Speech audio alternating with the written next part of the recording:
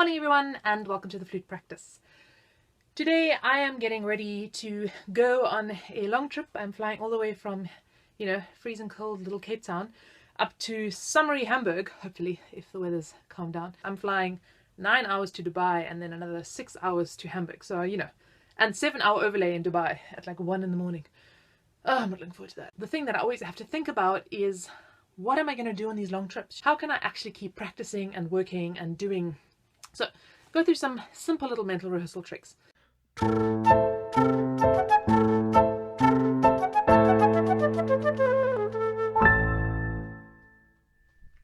one that I think is, the most kind of immediately beneficial for especially performance situations and performance anxiety is really to imagine the actual performance that you're going to or going into. Maybe, it's a lesson that you're even going into, or anything that's making you feel maybe nervous or anxious. So often we are traveling to get to a performance or audition. And this is a really wonderful trick to kind of prepare ourselves mentally for this. What I do is I try and imagine myself before the audition or performance. I close my eyes, I get into like a really relaxed space, as relaxed as possible. And I imagine myself maybe walking into the audition space. And maybe I know what the space looks like, maybe I don't, maybe I'm just imagining it. Sometimes I like to kind of think more vaguely about a space or change the space kind of regularly just to, get used to the feeling of like being, confronted with new sensory stimulus on the day. So I imagine walking into a space and maybe there's a panel sitting there, or maybe there's an audience in front of me, maybe just even my teacher. And I imagine, what maybe I'm doing before I'm getting ready.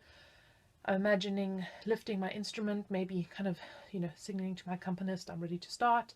And then I imagine the opening of my first piece, or maybe you've got scales that you need to play, or whatever it is. It's so beneficial because it means you walk into a performance situation and you don't get that shock of like, oh my goodness, I'm now actually performing. I find if we push this out of our head and we don't think about it, we'll end up having that moment of like, which, stage fright really. So this is something so great to do on the way there, or on the plane, or, even months beforehand. Start doing this. Think about the performance space you're going to go into. Imagine feeling really calm in this space and relaxed and in control and just, top of your game. Another type of mental practicing you can do is to actually go through your music in your head and imagine the actual physical actions on your instrument. Now this is really difficult to do in the beginning. In the beginning, you really struggle to actually, even just do a G major scale, imagining the fingerings, actual fingerings, physical fingerings of a G major scale. But with practice, this becomes easier and easier, and eventually you can go through entire pieces in your head without even, touching your instrument. Some very famous pianists, I think it was Horowitz and Rubinstein, they were, classic examples of doing this. And they used to, I can't remember which one, but one of them, they used to actually, like learn entire pieces just reading the score and rock up and then just play. So I think this is an incredibly powerful tool and we should be using it more. So this is a fantastic place to try this out, experiment with this. The other really interesting mental rehearsal trick you can try is to think about really difficult passages in your music. And maybe you don't want to think about the actual exact notes in that passage, but rather the feeling that you get just before you get to that passage, or the feeling that it gives you when you think about that passage.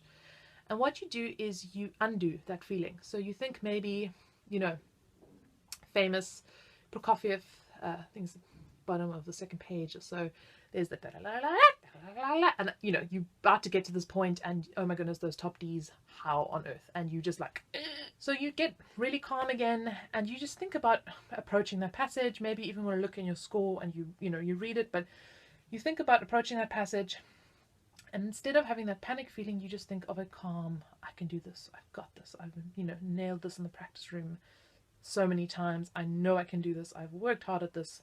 And you get that nice calm, confident feeling. And the more you practice this, the more your brain patterns will change. There is so much support, scientific support for mental rehearsal in the meantime.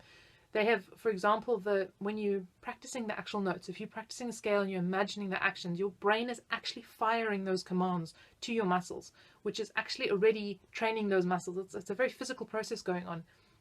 Same thing when you are, retraining your thought patterns. This is something we call neuro-linguistic programming. In this case, probably more like a reprogramming, but the effects of your thoughts and how your thoughts actually affect what happens physically is just astounding. So go check it out and experiment with this. It's awesome. Memorizing is something you can certainly do while you're sitting on a train or a plane or whatever. So you take your score and you take one phrase at a time, and you look at the phrase and you try and memorize the phrase, and you close the score, put away the music, and you actually try to say the note names in your head mentally, or you try and go through it that you can actually either feel it actually playing on your instrument. If your mental practice is great, you will not have a problem with this. So you're actually feeling playing it, and you do this phrase by phrase through your whole piece. I promise you, by the end of a 9-hour plane trip, you'll probably have that piece memorized. I'm going to try this when I'm flying. Let's see how it goes. I'll let you know. Okay, so those are just a few ideas. Of course, there are tons of things you can be doing, and I'm going to challenge you to think up 3 creative things you could be doing while in transit. So you can comment on that below. Let me know what your creative 3 things are. That would be awesome. And remember, guys, happy practicing and see you next time.